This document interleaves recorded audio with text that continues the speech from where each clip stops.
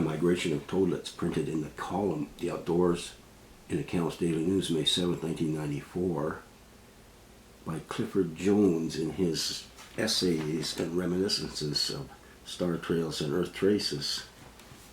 He did this in Merritt, and as he says, I was leafing through an old diary and I came across an entry that brought back memories.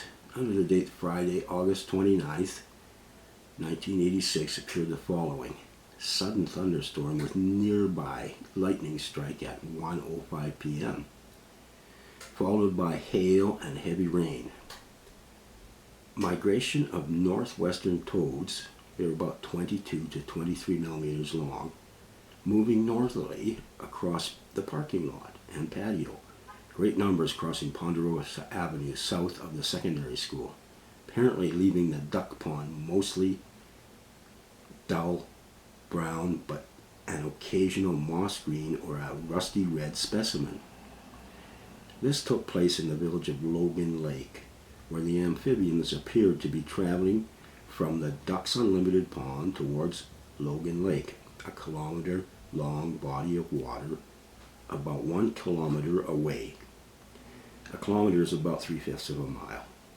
Unfortunately, I didn't check to see if they were actually emerging from the pond and entering the lake, but on a previous July 27th, I had observed large numbers of tadpoles in the duck pond, about 5 centimeters or 2 inches long, with a well-developed hind leg system, but no sign of front legs. I presume these are the same animals which 1 month later had developed 4 legs, absorbed their tails, and had begun their migration as toadlets.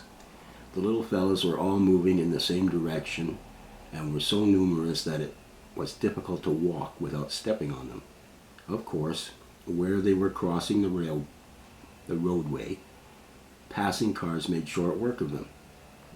Thinking back, I don't recall noticing any ravens or any other predators enjoying the bountiful supply of food. Perhaps toads are too bitter. It was difficult to believe that the recent downpour had rained down frogs, in quotation marks, as well as water. But I saw no toadlets in trees, on cars, or in pickups. You will find some interesting anecdotes in a recent book, It's Raining Frogs and Fishes by Jerry Dennis. For the hoppers to have traveled, I surmised, they would have had to negotiate at least a full kilometer of distance, as well as 50 meters, 165 feet or so of height, through scattered aspen trees. I have since realized that the direction of travel was close to magnetic north. Were they following the magnetic lines of force, or just going from one body of water to another? If I see such a sight again, I hope I'll have sense enough to take some photographs, both still and video. Take compass readings, measure the rate of travel, estimate their destiny, toads per square meter, and observe how they react to the obstacles such as a tree, a building, or a large rock, and to follow them from start to finish.